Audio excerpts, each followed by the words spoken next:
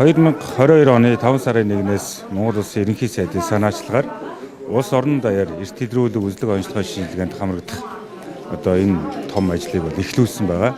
За энэ ажлын хүрээнд бид нар ямар бэлтгэл ажил хийсэн гэхээр эхний ээжинд бол энэ эрт илрүүлэг онцлогын шинжилгээнд хамрагдах дэд бүтцийг бүрдүүлсэн.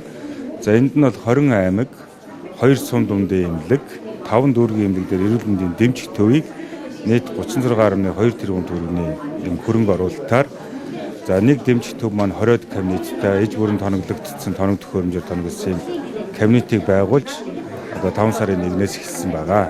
За өнөөдрийн байдлаар 852 мянган хүн хамрагдсан байна. За үүнээс 58% нь эмэгтэйчүүд, за 42% нь эрэгтэйчүүд хамрагдсан байна. За хамгийн гол нь энэ эрт илрүүлэг үзлэг шинжилгээнд хамрагдах зорилго нь юу вэ гэхээр биднес маш том дата судалгаатай болж байгаа. За мэдээж энэтэй үндэслэж бид нар хамгийн гол нь ард иргэдэд эрүүл мэндийн боловсрол олгох, за мэдээж улсын хэмжээнд хэрэгжүүлэх томоохон хөтөлбөрүүд гарах юм байна.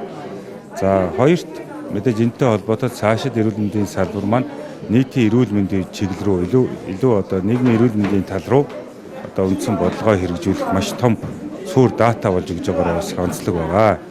За үндсэндээ өнөөдрийн байдлаар бас нэлээд өвчлөл бүртгэгдэж байна. За давхарцсан цоогоор 600 гаруй мянган ийм сэжигтэй тохиолдлууд гарсан.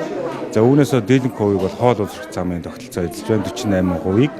За тэгээд амьсгалын тогтолцооны эмгүүд, за бодисын солилцоо, амьсгалын замын гэсэн ийм өвчлөлүүд бол бүртгэгдэж байна.